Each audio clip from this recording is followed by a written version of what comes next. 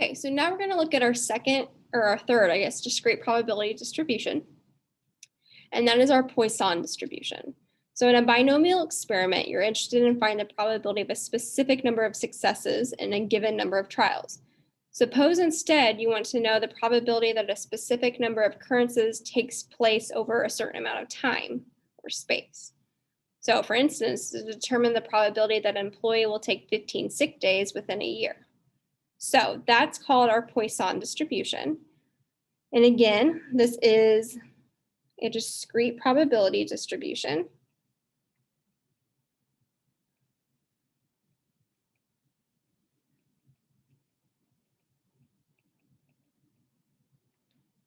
Of a random variable x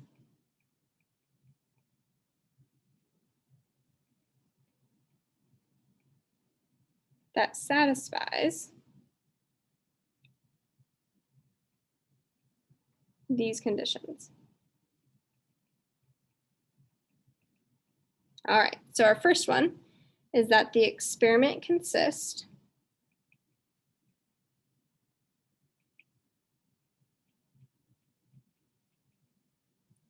of counting the number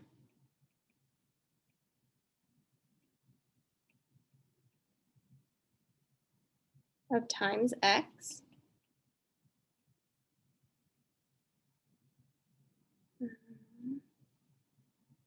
an event occurs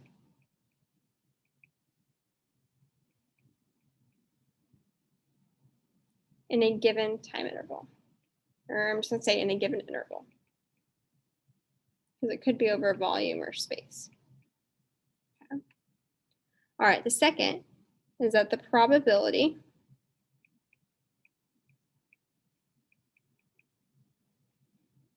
of the event occurring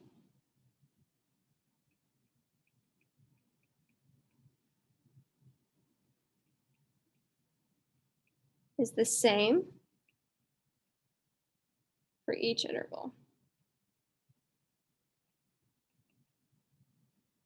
Okay, so that is something that's similar of our other two discrete probability distributions. And then the third is that the number of occurrences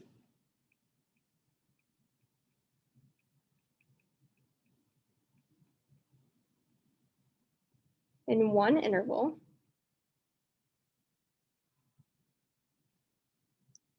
is independent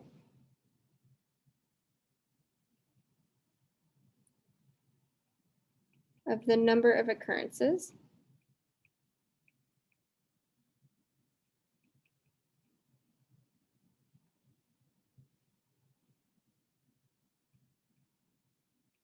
in other intervals.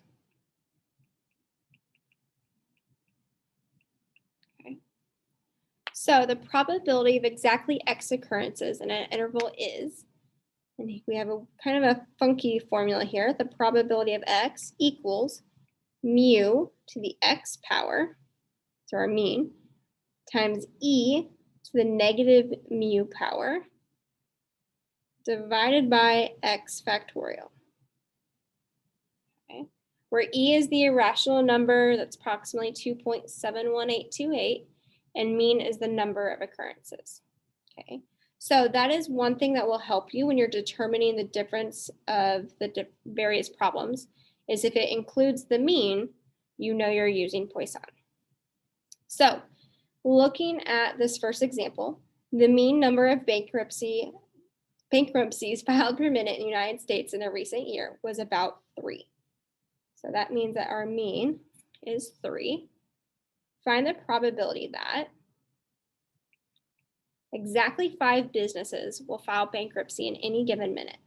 So the probability of 5 equals, so our mean is 3 to the 5th power times e to the negative 3rd power divided by 5 factorial. Okay. When you're looking at your graphing calculator, your E button is next to the natural log, which is to the left of 4. Okay, so you're gonna have to hit second natural log. All right, so if we approximate that to 3 decimal places, we get 0.101.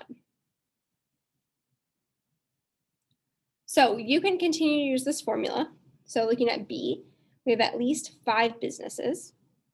So the probability that X is greater than or equal to 5. But the problem with that is that we don't have an end value. We don't know when we stop. So we're going to have to find the complement here, which would be 1 minus the probability that X is less than 5. So 1 minus the probability of 0, 1, 2, 3, and 4. Okay. So we have 1 minus. So we can use that formula and find 0 through 4. Or if we take a look at our tables, I'm going to go past our binomial distribution we talked about previously. And table 3 is Poisson. So for the problem we're looking at, our mean is 3. So I'm going to slide this down a little bit. And we're looking at this column right here. Okay. So for this problem we're looking at for part B, we want to find the probability that X is less than 5.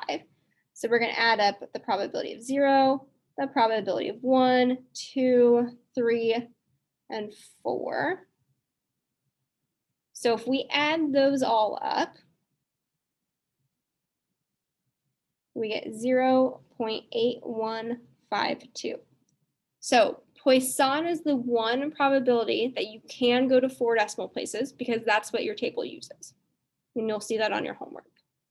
Okay. So knowing that number, I'm going to jump back to our notes. So we're going to have 1 minus 0.8152, which equals 0.1848. All right, so now we want to find the probability of more than 5 businesses, the probability that X is greater than 5. Again, we don't know what our end value is, but what we can do is we can do 1 minus the probability that X is, let's see here. Actually, let's do this a different way. So we could do 1 minus the probability that X is less than or equal to 5, which that is what we're going to do. So we're going to do 1 minus. Okay, so if it's less than or equal to 5, that's going to be the probability of 0, 1, 2, 3, 4, or 5, which we've just found. So we can do 1 minus. Okay, so 0 through 4, we said was 0.8152. And then for 5, we have 0.101. So plug that in your calculator, and you will get 0.0838.